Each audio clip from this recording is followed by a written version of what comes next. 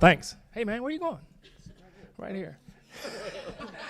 So, Jill, do you want to sit on the left or the right?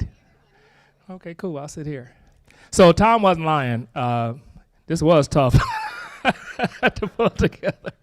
But I will say that one of the things that Tom told me when I went to him and Tom Zerbucken to propose doing this, from the beginning, Tom told me to go big. He said, go big. And so I appreciate that encouragement. We tried to go big, and I think that, the turnout today shows two things.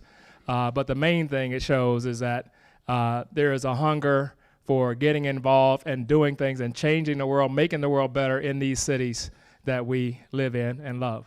So I'd like to ask Jill Ford to come up, and we're going to start our conversation. So Jill Ford is a special assistant to the mayor of Detroit, Mike Dugan, for entrepreneurial initiatives. And she's been here about 6 months. Has it been 6 months? Oh, my goodness. She just got here. And so when I was putting this event together and trying to determine who were some of the key people to talk to around this issue of urban entrepreneurship in Michigan, one of the first people that was recommended to me to talk to was Jill Ford. So we met downtown, and I remember being immediately impressed by her and thinking that, man, if Mayor Dugan is bringing in people like Jill Ford to talk entrepreneurship, he's serious. So let me just say by way of introduction that Jill has a bachelor's degree in computer science from Harvard University and a master's in business administration from the Wharton School. And after her college education, she spent some time over in Ghana facilitating entrepreneurship over there and getting foreign investment to come into Ghana to support these entrepreneurs. So I like to say that she was facilitating business in Africa before it was cool. And later she worked in the more traditional tech roles in Silicon Valley for Microsoft and Motorola, among other firms.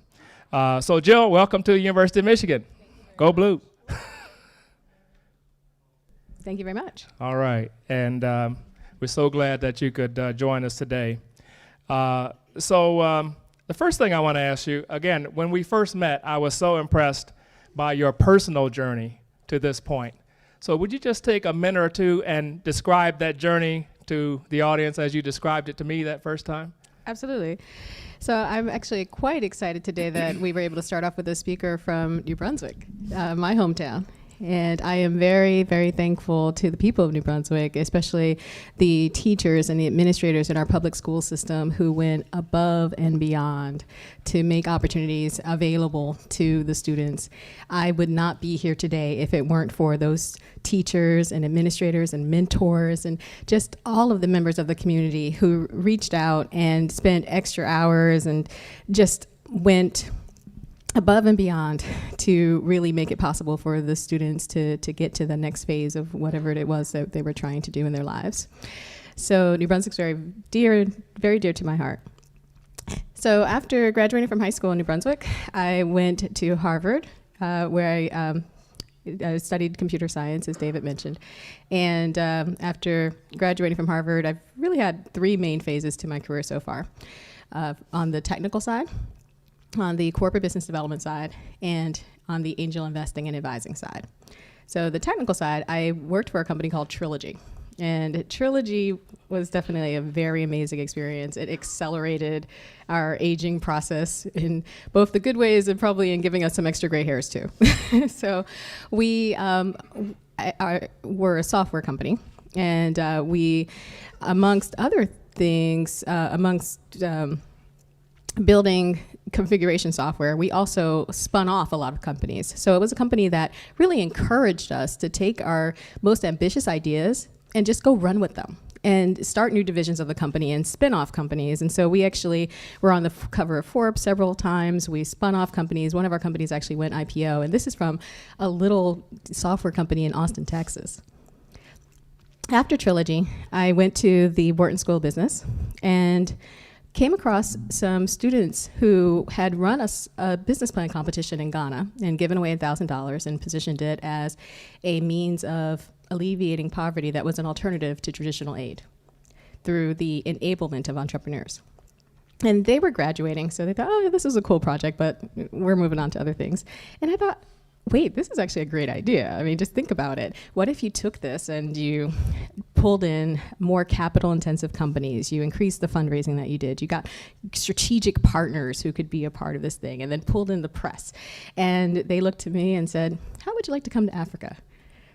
And so that was my introduction into running this business and going into Ghana and going into Africa altogether. And it was a wonderful experience to actually bring all of those things to fruition that we had talked about. And it demonstrated to me how much I really love the process of just coming up with an idea and then figuring out how to bring it to life and pulling in all the advocates and the resources to make this overly ambitious thing in some respects actually happen.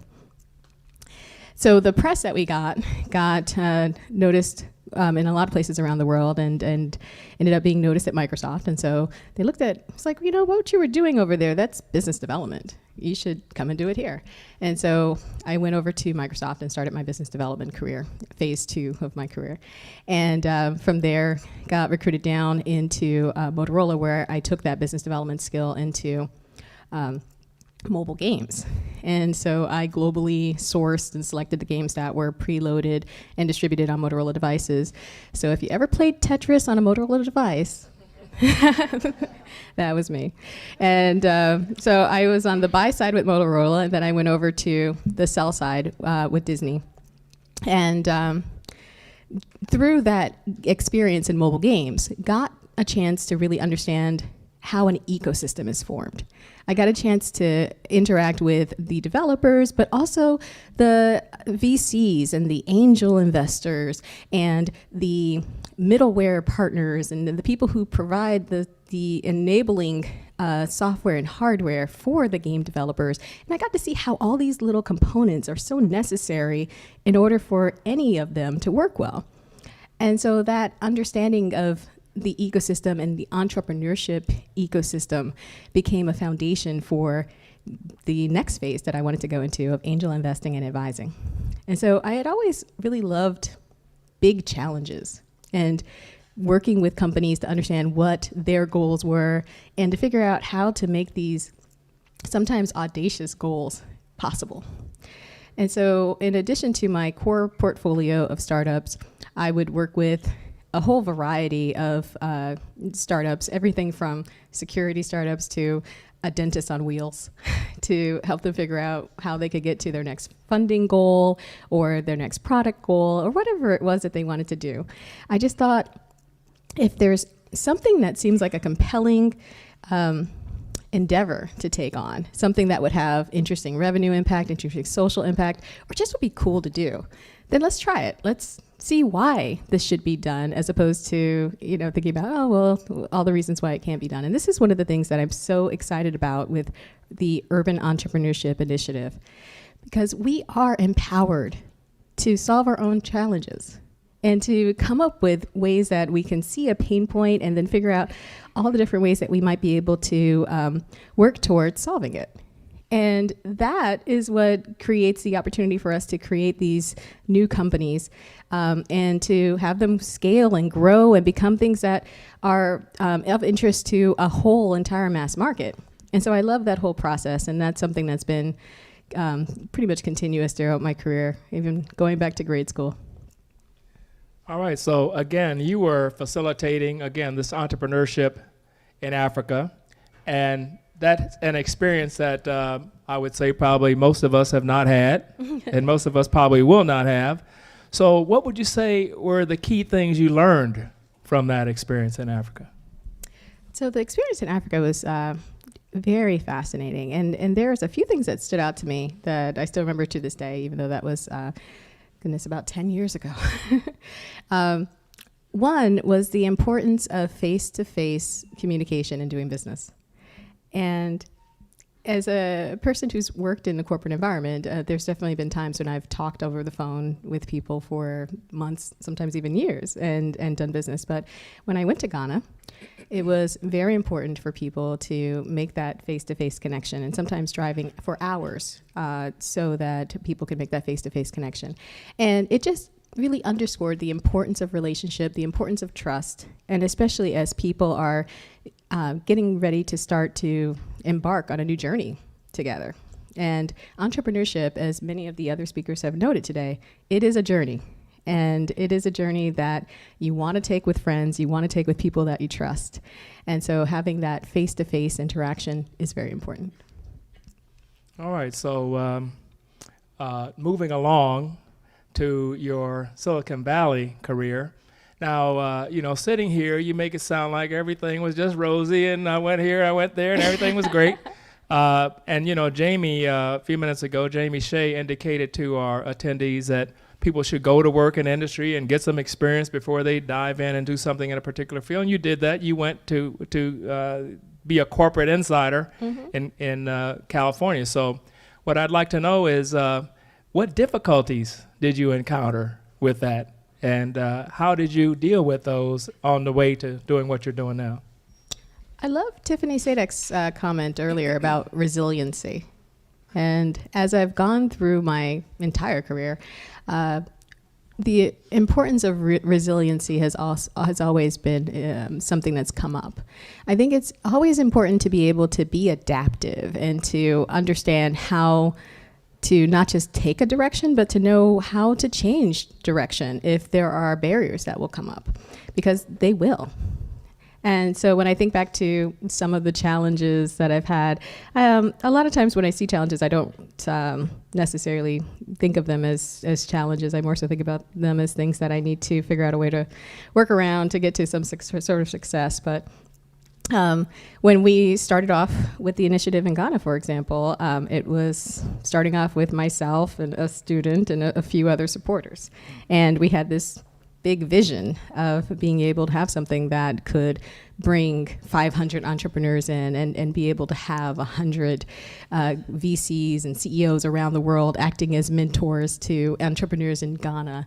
And this was something that seemed like an impossible goal. And so figuring out, okay, well, how do we do this thing?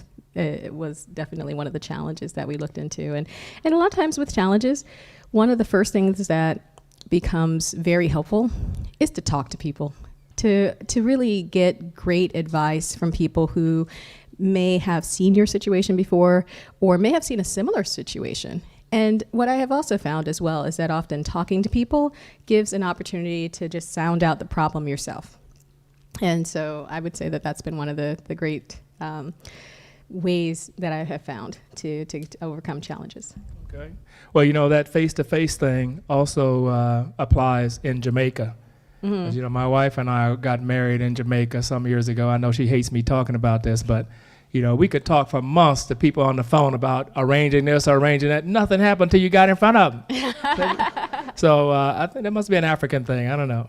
But I also find even here at the university, getting in somebody's face is much more important than talking on the phone, sending an email. So I think that's a lesson that could probably apply generally. Mm-hmm. So here's the thing everybody wants to know. You were living in San Francisco, yes, making big money, enough money to be an angel investor, living a life. And then you come and move to Detroit to take on this role as a person who is spurring on entrepreneurship here. What caused you to make that transition? I was heavily attracted to Detroit. I have just always been attracted to things that I think have great potential. And I heard about what was going on with the bankruptcy, and I heard about the various challenges that were in the news. And so I literally just took out a map and started doing my own analysis of Detroit. And I started doing some research online, and I was like, wow, okay, so you've got all this undervalued real estate, and you've got this amazing population of people, and you've got all of these funders who are available, and the proximity to other industries. And if you put all these things together in the right way, I just thought that there would be amazing opportunities for great revenue impact, great social impact, and really an opportunity to change the world. And it was hard to stay away from that. So following on with that, then now that you're here, what do you see as the major challenges and opportunities facing these local entrepreneurs? Well, I think it takes looking at it not just from a business's perspective, but also looking at the infrastructure and foundational sorts of things. Sometimes the basics are something that give a major opportunity for both solving challenges, but also for creating new companies and new entrepreneurial activities that will create the solutions that will help the entire ecosystem. So as I've been here, I have had a chance to talk with a number of entrepreneurs, and even in listening to Leslie today and some of the other panelists, helping people to get access to space so that they can grow their businesses, helping people to be able to get access to the transportation that they need, and to be able to get to interesting jobs, to be able to get to entrepreneurial activities as well. So I think that these are actually really exciting opportunities for us, and that they're things that we can, again, bring together all these great ingredients that are already here in the right way to be able to solve a lot of these things, and then create a solution that works for Detroit, but also that works for a lot of other places as well. So then what's the vision? Where do you think Detroit is going to be with respect to all this entrepreneurship activity, say, in 2024? Oh, it's 2024 is an amazing distance, definitely, to try to predict on. If I knew that, I would have a whole nother job. But I think that this is a very exciting time to be in Detroit. I think that all of the ingredients are here, and we have amazing people who are driving towards putting those ingredients together as well. And so that creates the foundation that you see in a very fertile entrepreneurship ecosystem, something where you've got great ideas, you've got lots of people getting together and talking about these things, you've got people taking those ideas and taking action. And when you start doing that, then you start seeing companies, you start seeing new industries. Some of the things that I'm very interested in are creating more of a almost a two-way pipe as well between all of the great things that are happening in Detroit and all of the great things that we see outside of Detroit as well, increasing the storytelling and the awareness. And I think that as more people learn about the great opportunity in Detroit, we're going to see a lot more people wanting to come here, wanting to partner with Detroit companies. I think that we're going to see a lot more scale as well that's going to come from a lot of the great companies that are starting and growing now. And I think that there's going to be a just massive growth with regards to the impact that Detroit is having within Detroit, but also the impact that Detroit is having throughout the world.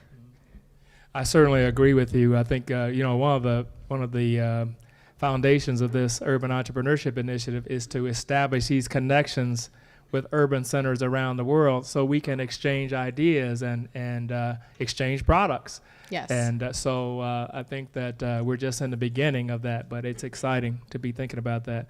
So what I'd like to do right now I know that you guys have some initiatives that you're developing that you can't talk specifically about, going to be announced, soon. So we're not going to try to pry into that right now too much, but I'm going to throw it open to anyone in the audience here who wants to ask you some questions about what you're doing in Detroit. So, question, anyone? Yes. What are your plans with respect to diversifying the businesses within Detroit? I think one of the things that has stood out to me is that there's entrepreneurship at a variety of levels in Detroit. So there's actually, I would say, a diverse population of entrepreneurs and a diverse population of businesses that we need to increase the awareness about. And I'd love to see those businesses have the opportunity to grow and to scale and to have greater awareness, and then to see what the definition of diversity really is here with regards to the businesses. I think that there's quite a diverse range of people who are doing some amazing entrepreneurial activities within Detroit right now. Yes, sir. So let me repeat the question because the webcast can't hear from the audience. Okay. So I think the gist of your question is, as we do this economic development in Detroit, and we're having these new companies come in and we're giving them tax breaks or whatever kinds of incentives to do economic development in Detroit, are we going to insist that they also do something to make life better on the ground for people who are living in Detroit, whether it's employment or some other kind of social good that they're providing for people in Detroit? Interesting. Well, I am quite new here to know all of the activities that are going on, but I would say that one of the goals that I've taken on is to make sure that we have a very diverse range of businesses and people who are within the ecosystem here, and to make sure that we have a great distribution of the opportunities. And so the kinds of things that you've talked about would be opportunities that we want to make available to our businesses. Let's see. Yes, sir. So let me just repeat that. So if you could make one change in Detroit, resources and politics aside, what would that change be? I always like the idea of being able to make more than one change, but it's interesting. I think a lot of people would immediately think of access to capital as being one of the first things that comes to mind when they think of the first thing that the businesses need. But capital is often available without people being able to connect to it. So if there were one thing that I could do, I would want to make sure that there is optimal connectivity between the entrepreneurs and the resources that they need, so that there is optimal matching between a new entrepreneur who has a great idea and an investor who would be very interested in funding that person. And if there is a new real estate provider, whether it's a landlord or someone looking to sell space, I'd want to make sure that that kind of space and the position of that space and the layout of that space is something that the person who needs that kind of space immediately knows about. So I'd want to create that kind of optimal connectivity. Okay. Yes, sir. So what do you see as the strongest hub or the center of activity for social entrepreneurship in Detroit? Who's doing it best? What would you highlight as a success story in Detroit right now? Somebody who's getting it right in terms of creating social good in Detroit from business. There are so many. And that was one of the first things that stood out to me as I got to know Detroit. I really would feel like I couldn't just highlight one. And in fact, I think one of the most powerful things about the entrepreneurship community here is that there are so many. I remember coming to Detroit and getting a biz grid and thinking to myself, wow, if there's so many organizations that I need a biz grid to know which ones they are, that's a lot of organizations. And so I think that there's a lot of power in having so many different flavors of assistance that are available and so many different areas that people can go and be able to get more closer to one-on-one kind of expertise and help. So I wouldn't want to highlight one. I think that the most powerful thing is actually the network and the very connected nature of that network. I can see that Jill has had her media training, because the first thing they tell you never want to be trapped into that, what's the one? Don't get trapped into what's the one. Very savvy. I like that. So, Ben, you have a question? So what have you learned from your experience in Ghana and in San Francisco that you can now take and apply in Detroit? I think the one thing that's been consistent through Ghana, through San Francisco, and even, when I think back to my time in New Brunswick, it's being willing to take on a challenge, being willing to ask, well, what if we did this and what if we did that? And to really be imaginative and be willing to take on that risk that comes with trying something that hasn't been tried before, could fail, and going after it with a really strong sort of approach as well. Because what I found is when people make an effort towards something, a really strong effort, even if they don't reach the particular thing that they're trying to get to, they often will reach a number of other interesting things along the way, and they'll often also build up a lot of respect and advocacy from the people who see that journey. And so that is something that I think is going to be very powerful in Detroit, and especially given that we have so many opportunities in front of us here. And we have so many opportunities to build advocacy amongst people within Detroit, amongst people beyond Detroit. And I think that that's going to be a really powerful tool for us as we look for how do we get these ideas to come to life and to scale. All right, thank you. Oh, I'm sorry. Let's see here. This fellow back here has had his hand up for a while. Yes, sir. I'm a huge fan of bringing forth great ideas and then giving people the support that they need to make those ideas happen. It's very much in line with the work that I've done as an advisor to startups and the work that I've done even beyond that. I'm super excited about these kinds of challenges, and I think that any opportunity that we give for people to explore new ideas and explore different ways that they can address challenges that are important to them and to their communities is something that we should encourage. Mr. Lewis, you had a question. So the question is, if you have a product here and you have customers who might be interested in that product in Ghana, how do you get it over there at a cost where that product will be competitive with what might be available locally? Mm-hmm. So I would reframe the question. I would think instead of thinking about, well, how do we get this done in this one particular lane? You know, how do we take a product from here and make it cost competitive in Ghana? Are there other routes that could be considered as well? I mean, I start thinking about some of my advising sessions and want to pull out a whiteboard right now, you know, start thinking about, is this a product that maybe could be made differently for Ghana, maybe with a different approach that would make it more cost competitive? Does it have to be made exactly the same way? Or is it something where there could be even alternative products that will solve the same pain point, but will take a different approach as well? And just think about all the different routes that are possible, and then you can weigh them and figure out which one is going to be the best one for your company. All right, so one more question. I have to wrap it up. Dr. Reamer, Don Reamer from Lawrence Tech. Don spoke pretty loud, so I don't know if it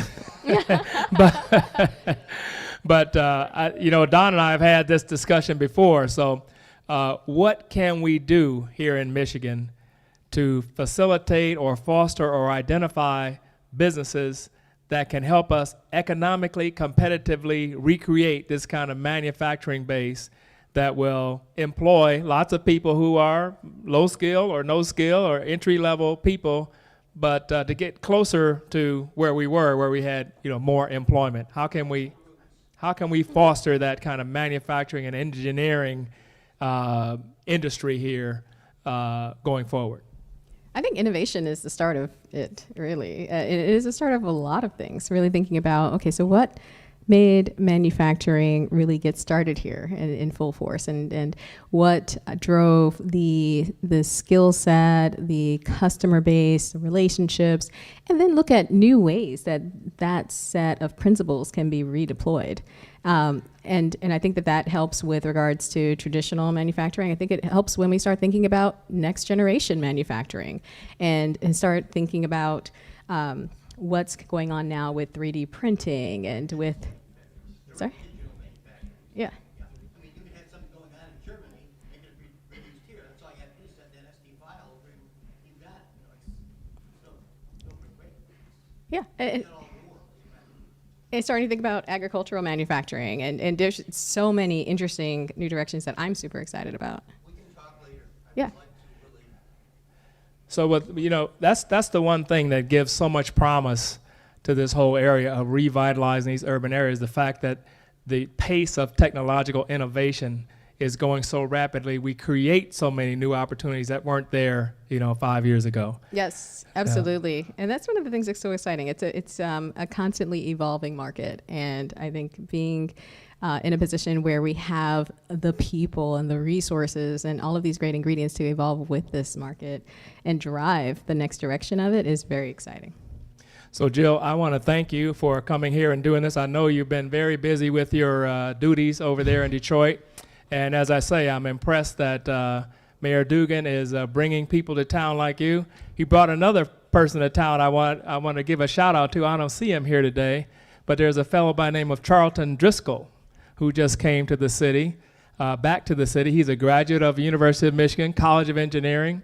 He was a Fred and Louise Tarver Scholar during his time here at the University of Michigan, and he's now working on community engagement initiatives in the city of Detroit. So again, I'm impressed that Mayor Dugan would bring him back from Washington, D.C. and have him working in that capacity for the city. And it looks like, some bright, innovative things could be happening. Thank you again. We'll definitely be in touch. Absolutely. Thank you so much, David. Three core beliefs. First of all, if you're going to do something like this, you have to have anchor institutions. One of the things that we pride ourselves on at Rutgers